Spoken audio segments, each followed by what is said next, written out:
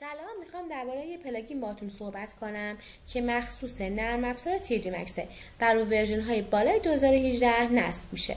وقتی این پلاگین رو نصب کردید میتونید خیلی راحت درخت و گیاهای رونده روی هر سطح و حجمی که مد نظرتون هست قرار بدید. یکی از مهمترین مزایای این پلاگین اینه که هم موتور رندر کرونا و هم موتور رندر وی-ری ساپورتش میکنن. یعنی برای رندر از این پلاگین لازم نیست از اسکریپت های کانورت برای تبدیل وی-ری و کرونا به هم دیگه استفاده کنید. اسم این پلاگین GTools IV جنریتوره. برای نصبش اولین کاری که باید انجام بدید اینه که نرم افزار تیجی مکستون اگه بازه ببندینش. فایل از حالت زیپ خارج کنید. الان پلاگین مخصوص ورژن تیجی خودتون رو کپی کنید، برید تو قسمت محل نصب نرم افزار. یعنی برید توی دسکتاپ، کلیک راست کنید روی آیکون نرم افزار، اوپن فایل لوکیشن رو بزنید، فولدر پلاگین رو باز کنید و اون فایل پلاگینی که کپی کرده بودید رو اینجا پیستش کنید. الان بیاین دو تا قسمت اول رو کپی کنید، تو فولدر اسکریپتس پیست کنید. چراها رو هم کپی کنید، تو فولدر مپ پیست کنید. تموم شد. به همین راحتی نصب شد. حالا تیجی مکستون رو باز کنید. خب الان تنها کاری که باید انجام بدید اینه که بیاین تو قسمت اسکریپت ها، بعد بیاید تو قسمت ران اسکریپت. خب اینجا ران کنید. من 2 تا GTools دارم. خب شما بیاین تو قسمت دومی، یعنی روی اون دومیه که 103 کیلوبایت حجمشه، انتخابش کردیم، اوپن رو میزنیم. خب الان نکن اینجا واسه من تنظیماتش واسه من فعال شده. خب قسمت اول تنظیمات ریدس جنریشن مربوط میشه به تولید ریشه ها. گزینه اول سید لوکیشن میشه مکان بذر. این دکمه برای تنظیم مکان بذر مشخص شده. من اگه بیام روی این دکمه کلیک کنم و بعد روی اون جسم مورد نظرم، موشه مورد نظرم کلیک کنم، اون رو به عنوان شی انتخاب میکنه و از اونجا اون گیاه شروع به رشد میکنه. کلایم آبجکت. در صورتی که شی رو اشتباه انتخاب کردید یا میخواید شی دیگه رو انتخاب کنید، میتونید از این دکمه برای تنظیم شی جدید استفاده کنید. قسمت دوم تنظیمات مربوط میشه به فورسز پارامترز، پارامترهای نیرو. خب از 4 تا قسمت تشکیل شده.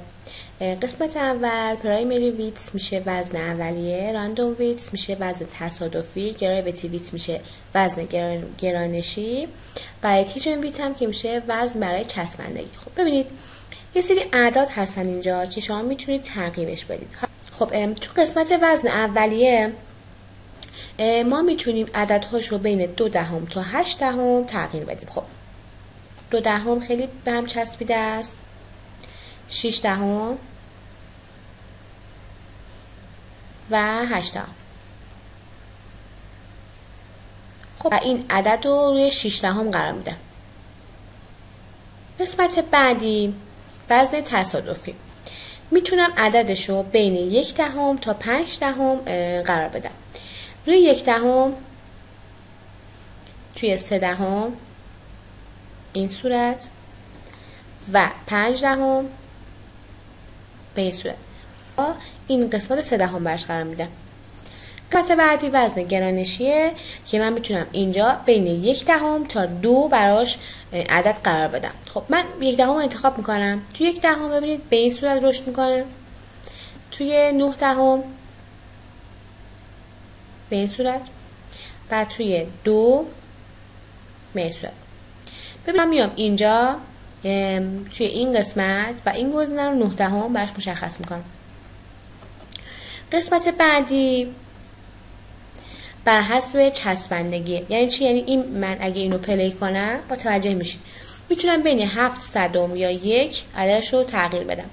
اگه رو 7 صدم باشه ببینید این پیچکا تو مسیر حالا این جسم من حرکت میکنن، ولی ادامه های انتهای اینا شناور به سمت پایین جاهای دیگه است. خب اما اگه اینجا بیام 1 عددشو بذارم و پلی کنم، نگاه کنید این پیچکا کاملا هم تو مسیر این جسم من حرکت میکنن و حتی انتهاشون هم تا اونجا که میتونه چون مسیر جسم شناور میشه. این قسمت رو براش مشخص کردم. قسمت بعدی این تنظیمات این قسمته. IV search سایز میشه اندازه پیچک، برانچینگ پروبابیلیتی میشه تولید، انگار که هی ریشه جدید اضافه میکنه. برانچ پرنس تعداد شاخه ها رو میتونی توی هر کدوم از اون قسمت ها مشخص کنی. فاکتور اینفلوئنس میتونی تاثیرش رو توی جهت های مختلف مشخص کنی. مکس فلوتینگ لنگز که میتونی طول اون ریشه هایی که شناور هستن رو برش مشخص کنی. مکس اتیجن دیستنس که میتونی فاصله چسبندگیش رو اصلا مشخص کنی. دیستنس ریداکشن فاکتور میتونی بر حسب حالا کاهش فاصله عددش رو مشخص کنی.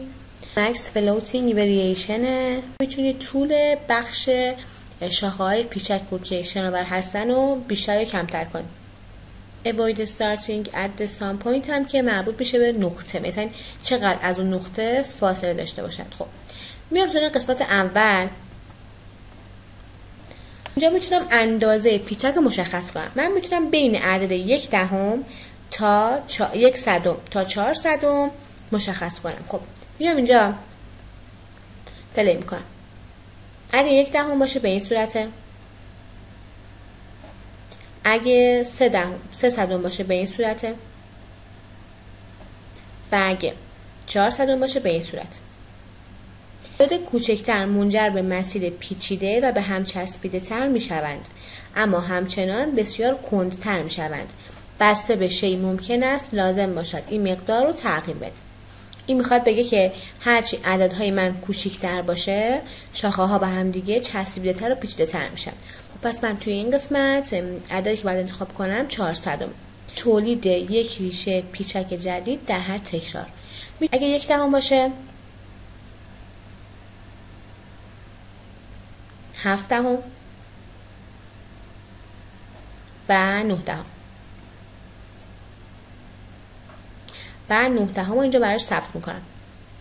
خب قسمت بعدی برانچ پارامترز میشه تعداد شاخه ها. خب من اینجا میتونم تعدادشو مثلا 3 در نظر بگیرم. خب فاکتور اینفلوئنس یعنی من میتونم تو جهت های مختلف مشخص کنم که میخوام حرکت این پیچک به کدوم سمت باشه. مثلا اگه x 4 دهم، y 5 دهم و z 3 دهم باشه به این صورت میشه. اگه 4 5 4 باشه، شما اینو یه دیوار در نظر بگید، پیچک داره به این سمت حرکت میکنه، رشد میکنه. اگه 4 5 5 باشه، اگه 5 5 3 باشه، اگه 5 5 5 باشه به سمت بالا، اگه 5 5 6 باشه این به این سمت، این عدد و این عدد. تیری مکس هم عدد 5 5 5 رو براش در نظر میگیرم. قسمت بعدی میشه حد اکثر طول شناور. اگه 1 دهم باشه،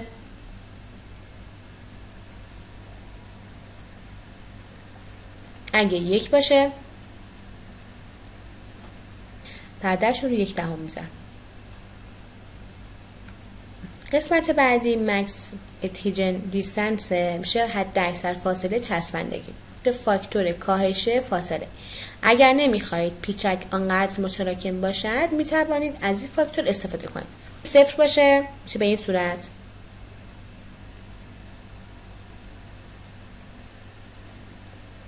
اگه 3 دهم باشه، اگه 9 دهم باشه. خب و اینو روی 9 دهم میذارم و این گزینه هم روی 9 دهم میذارم. طول بخش شاخه پیچک که آزادانه شناور است رو تغییر میده. مثلا من میتونم توی این قسمت اون طول اون قسمتی که شناور هست رو عوض کنم. من اینجا بیام این چک مارکش رو فعال کنم، از رشد بیش از یک شاخه از یک موقعیت جلوگیری میکنم. خب من اینجا آمدم تنظیماتی که مربوط میشد به این قسمت یعنی ریشه ها و شاخه ها رو مشخص کنم.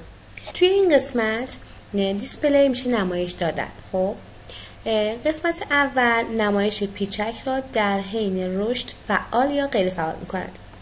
چون این قسمت میتونه هم روی لاین باشه، یعنی خطوط ها باشه، رو نقطه باشه. میگه میتونید خودتون هر کدوم که میخواید انتخاب کنید. خب این گزینه سوم میشه بر حسب عددی که اینجا بهش میدید بخشی از اسپلاین ها رو میکشید و سعی میکنید که حالا اون عملکرد نمایشش رو برامون سرعتش رو بیشتر کنه. و قسمت بعدش میره سراغ رشد. یعنی اول میگه پیچک با رسیدن به عدد مشخص شده رشد خود رو متوقف میکنه. اینجا ما میتونیم عدد رو وارد کنیم که وقتی به این عدد رسید دیگه رشد نکنه.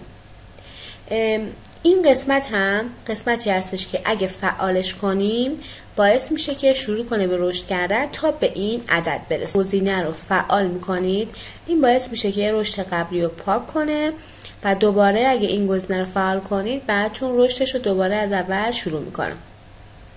بعد که این کار کردم من میام توی این قسمت، خب این گلوریتس رو میزنم که ببینم که این شاخه ها با چه صورتی ترسیم میکنه. من روش کلیک میکنم.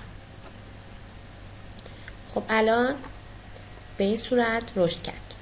سراغ قسمت دوم تنظیمات که مربوط میشه به شاخه ها و برگ های این گیاه. قسمت مربوط میشه به شاخه ها. گزینه اول مربوط میشه به سایز شاخه که من میتونم اینجا بیام سایز شاخه رو کم و زیاد کنم.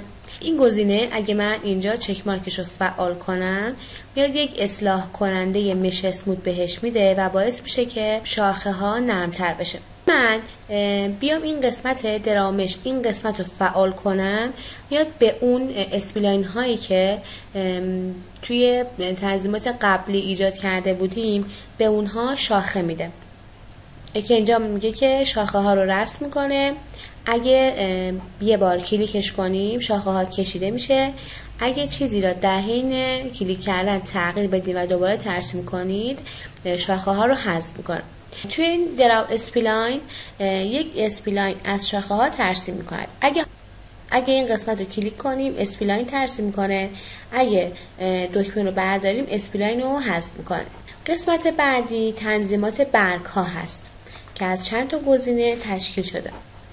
اولی این قسمت میشه ایجاد برگ پیچک جدید. اگه من این قسمت رو اضافه کنم میاد برگ های بیشتری اضافه میکنه. میام توی این قسمت عددها رو عوض کنم، اندازه برگ پیچک رو توی این قسمت میتونیم تغییر بدیم. بیایم توی قسمت لول تایپ توی این قسمت میتونیم بیایم نوع برگ رو تغییر بدیم. اگه من اینجا بیام این پنجره رو براش باز کنم دو تا قسمت داره که میتونم انتخابش کنم. خب میگه برگ ها میتونن هم به عنوان مش معمولی باشن هم میتونن پراکنده باشن. این قسمت مربوط میشه به تنظیمات تراکم برگ برای تولید برگ. یعنی من اگه اینجا بیام هرچی عددش رو بیشتر کنم تراکم برگ بیشتر میشه و اون گیاه من پرپشت‌تر میشه. و در آخر با کلیک روی گزینه کرییت لول میتونم برگ ها رو روی اون شاخه ها ایجاد کنم. امیدوارم که از این آموزش لذت برده باشید.